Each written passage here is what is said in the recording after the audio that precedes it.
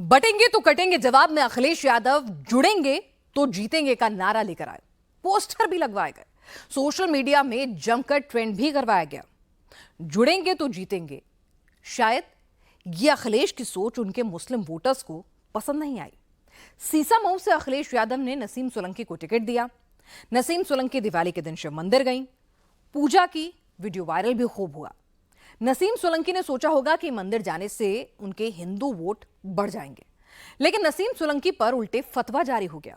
मुस्लिम समाज नाराज हो गया। क्या यूपी उपचुनाव अब सीधे सीधे हिंदू वोट बनाम मुस्लिम वोट बैंक पर आकर टिक गया है?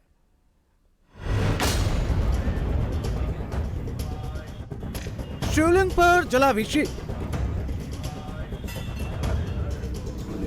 शिव मंदिर में पूजा पाठ, शिव मंदिर में दीपक जलाया।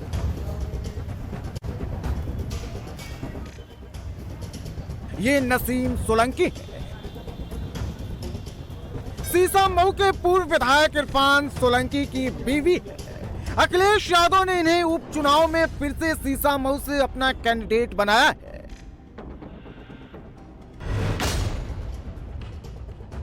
यूपी में योगी की टीम बटेंगे तो कटेंगे वाले फॉर्मूले पर चल रही है।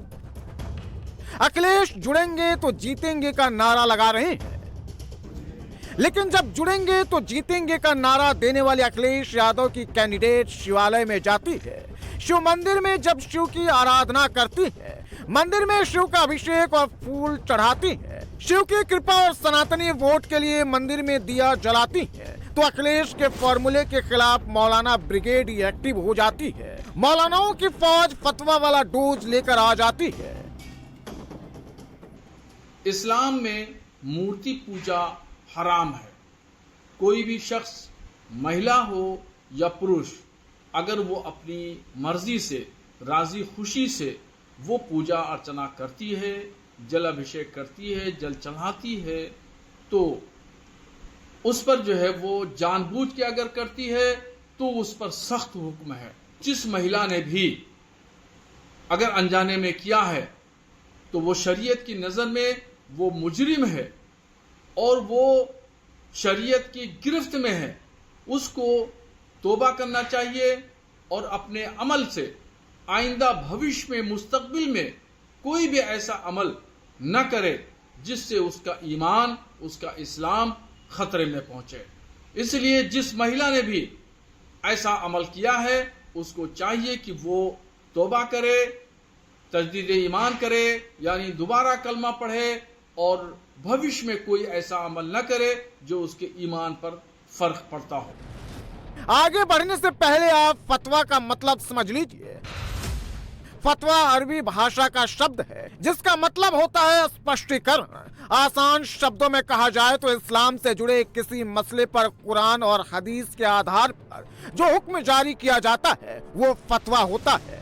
ये बात और समझ लीजिए कि फतवा हर मौलवी या इमाम जारी नहीं कर सकता है। फतवा कोई मुफ्ती ही जारी कर सकता है। मुफ्ती बनने के लिए शरिया कानून, कुरान और हदीस का गहन अध्ययन जरूरी होता है। सपा ने एक नया नारा लेटेस्ट में दिया है कि जुड़ेंगे तो जीतेंगे, लेकिन समाजवादी पार्टी की ही कानपुर से प्रत्याशी हैं नसीम सोलंकी, वो दिवाली के दिन शिवलिंग पे जाकर के जल चढ़ाती हैं और फतवा जारी होता है बरेली से उनके खिलाफ कि मंदिर को पूरी तरीके से अब उनको आप प्रवेश खत्म कर दिया जाए, उनको फिर से कलमा पढ़ाया जाए क्योंकि उन्होंने बहुत अशुद्ध बातें कर दी हैं। ये जो फतवा फैक्ट्री है ये विपक्ष के लोगों ने लगवाई थी, ये हमारी नहीं है। हम तो सभी का सम्मान करते हैं और ट्रिपल तलाक को हमने इसलिए हटाया था कि इस बंधन में बांधने का काम वही फतवा फैक्ट्री करती थी। और तब ये लोग विरोध कर रहे थे जब हमने मुस्लिम समाज की बहनों के पैरों से आदरणीय मोदी जी ने ट्रिपल तलाक से उनको आज़ादी दी, तो ये सब बेचैन हो गए। ये तो शरिया लाना चाहते हैं ना, ये तो अपनी शरीयत थोपते हैं और देश के ऊपर, संविधान के ऊपर आ जाते हैं। फौरन कोई भी बात पड़ती है तो इनके अनर्गल बातें आने लगती हैं और ये सब उनको महिमा मंडित करते हैं। चाहे समाजवादी पार्टी हो, कांग्रेस हो, इनको सूट करते हैं वो लोग। तुष्टीकरण की राजनीति में वो लोग इन्हें सूट करते हैं, एक धर्म विशेष की राजनीति में वो इन्हें सूट करते हैं। हम सबका साथ, सबका विकास, सबका विश्वास और सबके प्रयास की राजनीति पर देश को आगे ले जा रहे हैं। नसीम सोलंकी दीपावली के दिन शिवालय में गई थी। सीसा मऊ के वनखंडेश्वर मंदिर में नसीम सोलंकी ने अपने कार्यकर्ताओं के साथ पूजा पाठ किया था। दीपावली हिंदुओं का सबसे बड़ा त्योहार है। नसीम सोलंकी की ये तस्वीरें सोशल मीडिया पर खूब ट्रेंड हुई। हिंदू मोहल्ले में भी वीडियो दिखाया गया और ये वीडियो मुस्लिम मोहल्ले में भी मोबाइल टू मोबाइल घुमाया गया। नसीम सोलंकी का प्लान हिंदू वोट बैंक में सेंधमारी का था, लेकिन मौलाना के फतवे ने नसीम सोलंकी की सारी सियासी गुणा भाग खराब कर दिया। मुस्लिम वोट का मैनेजमेंट हिलने लगा तो नसीम सोलंकी ऑन कैमरा सफाई देने लगी। आने का हमारा मकसद पूजा करना नहीं था। हमारे साथ कुछ कार्यकर्ता थे, हम उनकी खुशी के लिए वहाँ पहुँचे थे और हमने वहाँ दिया जला के दीपावली की शुभकामनाएं सबको देने का लिए हम गए थे बस। और अब एक जो फतवा एक जारी हुआ है उसको मतलब कैसे देख रही हैं, उसके लिए जो आपके लिए ये बात बोली गई है, हाँ तौबा कर लें। नहीं, तौबा तो अल्हम्दुलिल्लाह करते हैं। बाकी उनका जो जहाँ से ये आया है बयान तो हम उनकी बहुत इज्जत करते हैं, बहुत उनका मर्तबा बढ़ा है, तो हम उनके कहने पे कोई हम जो है इसमें कमेंट नहीं है, हमें कोई टिप्पणी नहीं करनी।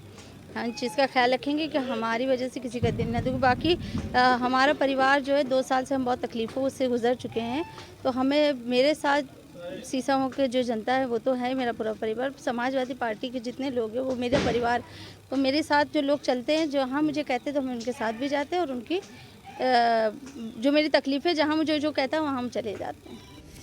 नसीम सोलंकी के इस वीडियो पर यूपी में खूब कंट्रोवर्सी हुई, लेकिन अखिलेश यादव ने इस मुद्दे पर कुछ नहीं बोला। यादव फैमिली से भी किसी बड़े नेता का कोई रिएक्शन नहीं आया।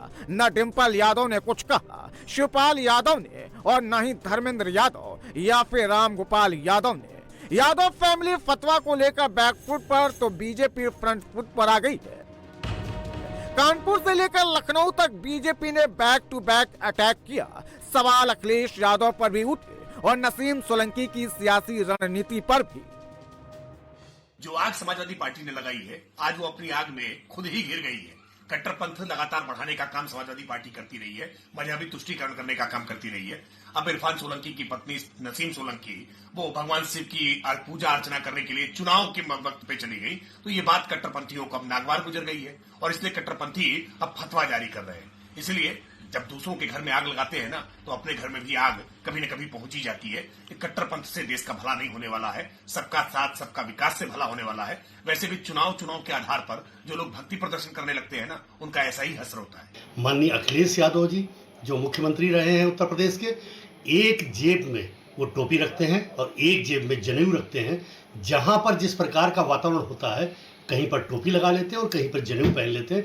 इसलिए इनके इस प्रकार के झूठ फरेब और ढोंग को जनता जानती है और सीसा मऊ विधानसभा क्षेत्र में योगी जी के नेतृत्व में, मोदी जी के नेतृत्व में जनता उनको आशीर्वाद देने जा रही, भारतीय जनता पार्टी को जिताने जा रही है।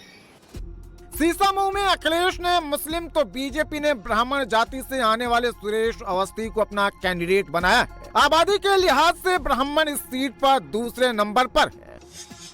मुस्लिम 1,11,000 है, ब्राह्मणों की आबादी 70,000 है, क्षत्रिय 6,000, दलित 60,000, कायस्थ 26,000, यादव 16,000, सिंधी और पंजाबियों की आबादी 6,000 है। अन्य पिछड़ा वर्ग के लोग 12,411 है। जब से सीसा मऊ में उपचुनाव का ऐलान हुआ है, अखिलेश यादव पैनिक मोड में है। पहले अखिलेश यादव ने इरफान सोलंकी की पत्नी नसीम सोलंकी के साथ उनकी मां का भी पर्चा भरवाया। अखिलेश को डर था कि अगर एक पर्चा रिजेक्ट हुआ तो दूसरे को मैदान में उतार देंगे। इसके बाद अखिलेश ने अधिकारियों पर कैंडिडेट को गलत नॉमिनेशन फॉर्म देने का आरोप लगाया। 2012 से सीसा मऊ सीट अखिलेश की पार्टी के पास है। 3 टर्म से इरफान सोलंकी के परिवार का कब्जा है। 2012, 2017, 2022 में इरफान सोलंकी इस सीट से विधायक बन चुके हैं। इस वक्त इरफान सोलंकी जेल में है। इरफान सोलंकी को एमपी एमएलए कोर्ट से 7 साल की सजा सुनाई गई है। आगजनी हिंसा और नजीर फातिमा नाम के मुस्लिम महिला की जमीन पर कब्जाने का आरोप है। अखिलेश यादव विधानसभा में पीडीए को लेकर आए थे, लेकिन चुनाव आते आते अखिलेश यादव मुस्लिम और यादव वोट पर लौट आए और सीसा मऊ में सिर्फ M+Y जीत नहीं मिलेगी। सीसा मऊ में मुस्लिम और यादव वोट मिला दें तो टोटल 1,26,000 पहुंचता है। बाकी वोट को जोड़ दें तो करीब करीब 1,60,000 पहुंचता है। यानी समाजवादी पार्टी को हिंदू वोट की जरूरत है, इसलिए नसीम सोलंकी को शिव मंदिर की याद आई। सीसामऊ में जिस वनखंडेश्वर मंदिर में नसीम सोलंकी ने पूजा पाठ किया, अब मंदिर समिति ने हरिद्वार से गंगा जल मंगाकर मंदिर का शुद्धिकरण किया है। पूरे मंदिर परिसर को धोकर गंगा जल छिड़का गया, पूजा अर्चना और आरती के बाद शुद्धिकरण किया गया। आपके यहाँ जाते हैं, हम उसमें जा सकते हैं, हम अजमेर शरीफ जाते हैं, हम देवा शरीफ जाते हैं और सब जगह जाते हैं, लेकिन हमारा जो है कहते हैं, जो हमारे घर पे वो अगर आ गई यहाँ पूजा किया तो उसमें भी आपने उनका विरोध और उनके खिलाफ फतवा क्यों जारी कर दिया? जारी किया है तो अब उसमें क्या कहते हैं, हमने जब देखा हमारा मंदिर ही उन्होंने कह दिया कि अशुद्ध हो गया आपका, तो हमने बाबा को जो है अभिषेक किया गया, गंगा जल से, हरिद्वार के गंगा जल से ला करके अभिषेक किया गया और मंदिर का शुद्धिकरण किया गया और सनातन धर्म को जिंदा रखा गया। हमेशा उसको पताका ऊँची करनी है, क्योंकि अब जो है हम उससे अब यही चाहते हैं कि अब अगर उन्हें वो धर्मगुरु एक फतवा और जारी कर दें कि आपको जब हिंदू धर्म में जाकर के, हिंदू धर्म तीर्थ स्थल में जाके, हिंदू देवालय में जाकर के पूजा नहीं कर सकते तो आप हिंदुओं में जाकर वोट भी नहीं मांग सकते। नसीम सोलंकी ने हिंदू वोट का प्लान तो परफेक्ट बनाया था, लेकिन मौलाना के फतवे ने अखिलेश और नसीम सोलंकी का सारा गेम पलट दिया। अब कानपुर का हिंदू भी योगी के बटेंगे तो कटेंगे वाली लाइन पर चल रहा है। वोट बांटने की तैयारी के लिए किया जा रहा है, हिंदू वोट को बांटने के लिए, जैसे बटेंगे तो कटेंगे वाला चल रहा है ना, वही है ये। यहाँ केवल हिंदू के लिए आना था कि उनका वोट बांटने के लिए कि वो हमको वोट दें। भाजपा यहाँ से जीत रही है भरपूर मतों से, उसको भाजपा की जो जीत है उसको काटने के लिए सब मंदिरों में जाने की तैयारी हो रही है और कुछ नहीं है। सीसामऊ का उपचुनाव में सोलंकी फैमिली का टेस्ट है, तो वहीं करहल में सवाल यादव परिवार की प्रतिष्ठा का है, क्योंकि खुद यादव परिवार के तेज प्रताप हैं, दूसरे रिश्तेदार अनुजेश यादव हैं। क्या यही वजह है कि यादव फैमिली का हर मेंबर इस उपचुनाव के लिए जी जान लगाए हुए है? तेज प्रताप यादव के लिए शिवपाल यादव भी करहल में प्रचार कर चुके हैं, धर्मेंद्र यादव भी और डिंपल यादव भी लगातार एक्टिव है। करहल में तेज प्रताप यादव के लिए यादव परिवार के बड़े बड़े नेताओं का मंच सज रहा है, तो दूसरी तरफ Anujesh Yadav door to door campaign कर रहे हैं, एक एक वोटर से जाकर मिल रहे हैं, गली और मोहल्ले में जाकर कैंपेन कर रहे हैं। लेकिन करहल में चुनावी बात से ज्यादा चर्चा परिवार और अत्याचार की हो रही है, आरोप प्रत्यारोप की राजनीति चल रही है। ये सत्ता संरक्षण वो खुलेआम घूम रहे हैं, हिस्ट्री शीटों में कोई पकड़ नहीं रहा है और कोई मुकदमा जिन हमारे कार्यकर्ताओं में नहीं है, 151 का भी चालान जिनका नहीं हुआ, उनके खिलाफ जिला बदल की कार्रवाई की जा रही है और केवल चुनाव के लिए ये सोच रहे हैं कि डरा देंगे और कार्यकर्ताओं को धमका देंगे, लेकिन कोई कार्यकर्ता में डरने वाला नहीं है। और लगातार आपको मैं सूची उपलब्ध कराऊंगा जो अभी पिछले 5-7 दिन में फर्जी मुकदमे दर्ज किए गए हैं हमारे कार्यकर्ताओं। उन्हीं का अपमान किया था अखिलेश यादव ने, उनसे कही थी कभी हम चाचा को नहीं लेंगे, फिर चाचा कैसे पहुंचे गए उस पार्टी में? चाचा ने मंच से ये कहा है कि ऐसे भगोड़ों को कभी मैं कभी पार्टी में न मैंने कभी जाने की कोशिश की, ना कभी जाऊंगा। मैं भाजपा का निष्ठावान कार्यकर्ता हूँ और मैं यहाँ भाजपा मुझे इतना सम्मान दिया है, ना भी देती तब भी मैं भाजपा में रहता। और मैं चाचा पहले अपने गलेवान में जाके वो मेरे सम्मानीय है, मगर उनके लिए मैं कुछ कहना नहीं चाहता हूँ। पहले उनके साथ क्या हुआ वो जाने। पहले जो सीटें कभी सपा के लिए सेफ होती थी, जो सीटें अखिलेश के लिए जीत की गारंटी मानी जाती थी, उन सारी सीटों पर समीकरण बदल गया है और समीकरण बदलने वाले योगी आदित्यनाथ हैं। योगी इस वक्त गोरखपुर में है और गोरखनाथ मठ से ही योगी का गो सेवा और जन सेवा का काम फुल फोर्स में चल रहा है।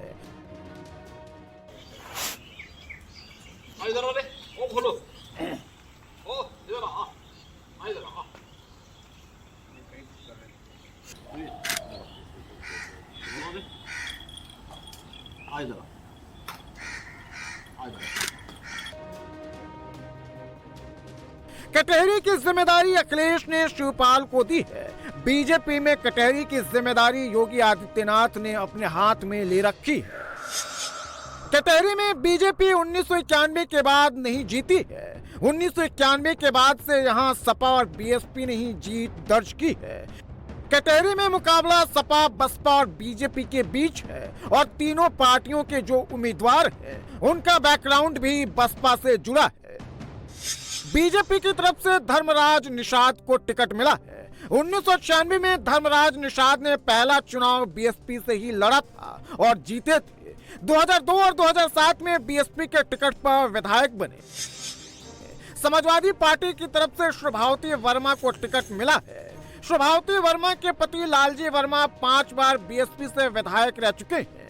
बीएसपी की तरफ से अमित वर्मा को टिकट मिला है। अमित वर्मा के पिता रामकेश वर्मा और लालजी वर्मा दोनों अच्छे दोस्त हैं।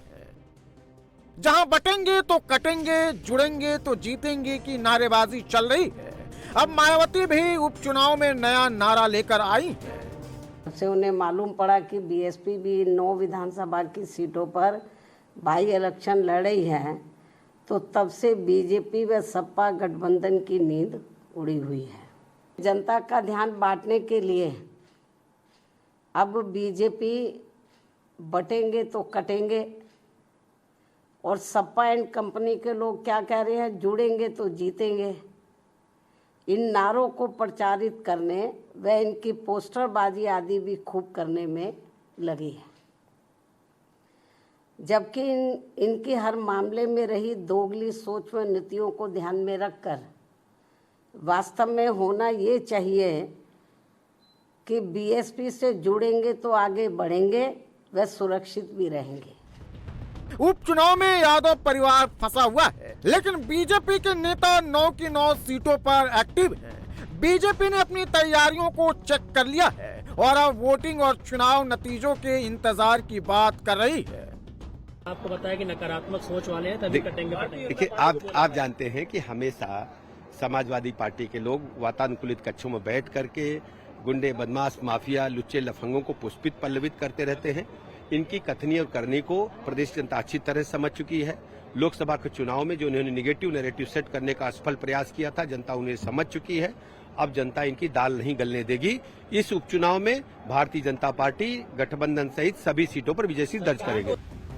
फूलपुर में अभी 15 से अधिक नेताओं ने क्षेत्र में डेरा डाल रखा है। अभी और भी नेताओं की एंट्री होने वाली है। फूलपुर की कमान डिप्टी सीएम केशव प्रसाद मौर्य के पास है। केशव प्रसाद मौर्य तो सपा को उपचुनाव से नहीं बल्कि 27 से भी साफ बता रही हैं। 27 के सत्ताधीश का स्वप्न देखना मुंगेरी लाल की तरह कोई नहीं रोक सकता है, लेकिन तीसरी बार भाजपा सरकार उत्तर प्रदेश में फिर बनेगी। हरियाणा में पूरे देश का मीडिया, पूरे देश में कांग्रेस और उनके विपक्षी साथी एक ही बात कह रहे थे कि हरियाणा में भाजपा जा रही, कांग्रेस आ रही है। रिजल्ट आया तो क्या हुआ? तीसरी बार भाजपा सरकार बन गई। ये 27 के सत्ताधीश नहीं, ये 47 के भी सत्ताधीश नहीं बन सकते। मीरापुर की सीट बीजेपी ने अपने सहयोगी आरएलडी को दी है। 4 नवंबर को मीरापुर में बूथ कार्यकर्ताओं का सम्मेलन करेंगे। 6 नवंबर को जयंत चौधरी और 9 तारीख को सीएम योगी आदित्यनाथ सभा कर सकते हैं। मीरापुर में अगर बीजेपी गठबंधन जीत जाता है तो 27 से पहले अखिलेश यादव के लिए सबसे बड़ा झटका होगा। मीरापुर में 11 उम्मीदवार उतरे हैं, जिसमें 1 हिंदू और बाकी सब मुसलमान हैं। सपा, बसपा, आजाद समाज पार्टी और एआईएमआईएम हर कोई मुस्लिम वोट के लिए आया है। आरएलडी ने मिथिलेश पाल को यहां से उतारा है। मीरापुर में मुस्लिम मतदाता 1,30,000 है। मीरापुर में अगर मिथिलेश पाल जीते तो ये बात फाइनल हो जाएगी कि यूपी में बटेंगे तो कटेंगे का नारा चला है और 2027 में भी आगे चलेगा।